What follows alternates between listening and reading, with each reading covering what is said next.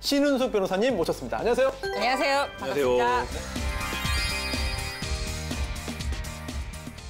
남편의 외도도 있었고 네. 본인 말로는 아이가 아니었다면 진작 헤어졌을 사이다. 네, 아이 때문에 어쨌든 흠이 될까 이혼이 하자 우리 요구를 한 거예요. 미련이 없어서 동의를 했고 재산의 일부를 나한테 달라. 알았다. 일단 따로 지내고 별거 하면서 내가 재산 정리해서 줄게 이렇게 얘기를 했던 거예요. 좀 어느 정도 시간이 지나니까 말을 바꾼 거예요. 재산을 줄 생각이 없다 나는. 네가 가출한 거다. 이런 경우에는 그러면 어떻게 해야 하냐. 이미 나온 거고 나왔는데. 조론이라는 개념을 정립을 해야 되는데 우리나라 법에서 인정해주지 않는 제도입니다. 우리가 호적이라고 그러죠. 이혼 신고는 안 하고 이혼한 사람처럼 살자가 조론이에요. 조론을 한 이에 경제적으로 남편한테 기대지 않게 완벽한 경제적 독립을 시켜줘야 될 거 아니에요. 우리가 남녀처럼 살자 해놓고 경제적으로 독립을 시켜주지도 않는다라고 하면 이건 남편분이 아내분한테 사기친 거죠. 이런 사이로 이혼 소송 제기하면 제가 얘기했죠. 딱 껴서 봐. 사실 상담 오시면서 아내분들이 이제 왕왕 질문을 하시는데 조론이라는 건 형태가 없습니다. 이 협의를 해서 정하는 게 조론인데 가장 기본이 되는 전제가 경제적인 독립이에요. 충분히 받기 전에는 조론에 대해서 동의하시면 안 되고 남자분이 조론하겠다라고 주장하시면 얼마 줄 건데 돈부터 물어보세요. 주고받아야 되거나 뭐 이런 어떻게 입증을 합니까? 생활비 달라는 얘기를 안 하고 죽을 때까지 살 수 있는 상태로 재산을 정리를 하셔야 됩니다. 가장 핵심은 재산 정리. 재산 정리. 공증을 받으면 100% 효력 있나요? 함부로 있게 쓰시면 공증 안 받아도 유효하고요. 효력이 없는 건 공증 받아도 무효입니다. 오해 없으셔야 됩니다. 효력이 없는 건 영원히 없습니다. 성관계? 부부관계? 부끄러워하지 마요. 당연한 거예요. 이런 것들. 성관계 안 할 거면 결혼하지 마세요. 제대로 안 된다. 그것도 짜증나지. 많다라기보다 저는 과거에 꾸준히 있었다라고 봐요. 또 본인의 의견을 정확히 이렇게 말하는 세대가 되니까 드러난 것뿐이지 판결문에도 있습니다. 성관계는 부부관계, 부부생활의 본질 중에 본질이다. 부부제도에서 성관계가 없는 부부관계는 있을 수가 없는 거고 성관계 안 할 분들은 결혼하지 마세요. 결혼했을 때 남편을 거르쳐 회식 자리에서 처음 만났거든요. 손 잡는 거 외에는 스킨십을 거의 안 하더라고요. 신혼여행 때부터 이제 좀 문제가 생겨가지고 어떤 문제요? 피곤하다고 자꾸 잠자리를 회피하는 듯한 느낌을 좀 받아서 제가 뭘 실수를 했나 아니면 혹시 매력이 없나 현재는 어떤가요? 처음 남편하고 잠자리 한 게 결혼하고 한 6개월 만에 6개월 만에 좋아서 하는 게 아니라 의무감? 숙제하듯이 밝히는 여자 취급을 하더라고요.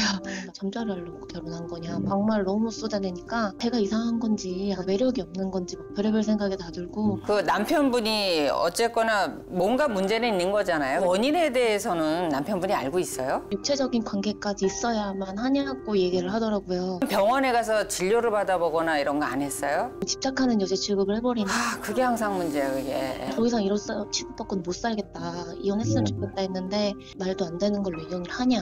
이건 분명히 문제가 있는 거예요. 그러니까 성관계가 안 되는 부분에 남자분한테 원인이 있다고 하면 본인이 진단을 반드시 받으셔야 되는 거고 아내분이 꼭 이렇게 성적인 관계 때문에 이혼을 한 것이 아니라 남들은 정기적으로 성관계하고 그 표현을 성관계로도 표현하고 이게 이루어지지 않는다라고 하면 결혼이라는 자체가 의미가 없는 것이어서 이게 이혼에 대해서 결심을 하셨다라고 하면 남편한테 정식으로 제안을 하세요. 병원에서 진단을 받아서 몸이 문제가 있는 거 치료가 가능하다면 치료를 받았으면 좋겠다. 그런 노력조차 하고 싶지 않다라고 하면 나는 이혼을 원한다. 이렇게 정확히 이렇게 메시지 줄 필요가 있을 것 같아요. 딸의 엄마이거든요. 전화 한 통을 받았어요. 저희 남편의 이름을 말하더라고요. 어떤 여자 남편이라고 자기 와이프가 내 남편이랑 바람이 났다는 거죠. 자신의 아내를 의심을 해서 그 증거들을 다 모아가지고 다 발칵 뒤집어져가지고 난리가 났겠죠. 예. 아내는 집을 나가는 상태라고 하더라고요. 그런데 그 난리를 피우고도 얼마 안 돼서 또 둘이 같이 만나고 막 그랬었나 봐요.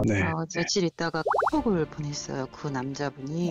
화가 나가지고 남편에게 이야기를 했을 텐데 저를 막 이상한 사람으로 보더라고요. 그 남자 정신병자라고 받은 그 톡 메시지를 보여주고 집을 나가더라고요. 그렇죠. 가장 비겁한 짓이죠 그게. 별거 중이고요. 서류 정리가 남았는데 그럼 뭐 협의 이혼하기로 아이들은 제가 키우기로 하고 지금 살고 있는 전셋집은 저에게 주겠대요. 250만 원씩 생활비를 주고 이혼 합의를 하려고 하거든요. 직장도 그만둔 지 오래라 아이들을 데리고 어떻게 살아야 될지 상간녀, 상간남의 형사처벌이 어렵다고 하더라도 뭐 어떻게 벌을 줄 수 있는 방법이 보면 전혀 없습니까? 위자료 소송이 있죠. 망신을 주고 싶고 그다음에 데미지를 주고 싶다라고 했을 때 주의하셔야 될 게 명예훼손이 되는 경우가 많아서 그냥 사내 게시판에 확 올리고 싶다 이런 말씀하시는데 명예훼손으로 처벌이 되고 있습니다. 민사소송으로 위자료를 청구할 수 있는데 위자료를 청구하는 부분에서 데미지는 줄 수가 있죠. 직장을 다닌다고 하면 확 급여가 압류해버리면 이게 아름아름 회사에 소문이 납니다. 그래서 돈 같은 거 필요 없고요. 돈 받자 그러는 게 아니에요. 제 마음이 아파서 해야 하는데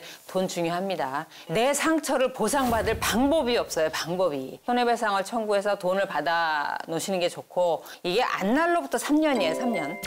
정말 이런 조건으로 이혼이 성립하느냐는 또 장담할 수 없잖아요. 언제까지 200만 원, 250만 원을 줄 것인지 안 주면 어떨 것인지 그냥 남편의 다른 재산을 딱 근저당 같은 거 설정해 놓고 그 금액을 다달이 받는 것도 좋은 방법이어서 이혼한 이후에 돈을 잘 받아야 아이들을 잘 기를 수 있잖아요. 이행하는 방법에 더 집중을 해보시기 바라고 재판을 가기 번거로우시면은 협의형 공증이라고 있어요. 그거는 재판을 해서 판결문을 받지 않아도 바로 집행력을 갖습니다. 얼마나 안에 해야 돼요? 그러니까 그 소송을? 이혼할 무렵에 하면 돼요. 바로 전에 해도 되고 직후 해도 되고. 예. 그래서 이런 상간녀를 그러니까 뭐 민사적인 소송을 제기하는 것과 별개로 곤혹스럽게 하는 방법은 뭔가요? 감독기관에 알리는 거죠. 판결문을 받거나 둘이 인정하는 각서나 이런 걸 받아서 그 회사 감독기관의 대표한테는 보내는 건 명예훼손이 되지 않는다는 판례가 주류 판례이기 때문에 왜냐하면 외부로 알려질 가능성이 없거든요. 참는 자만이 이길 수 있습니다. 부부관계 마무리는 신효석 변호사님과 함께. 네.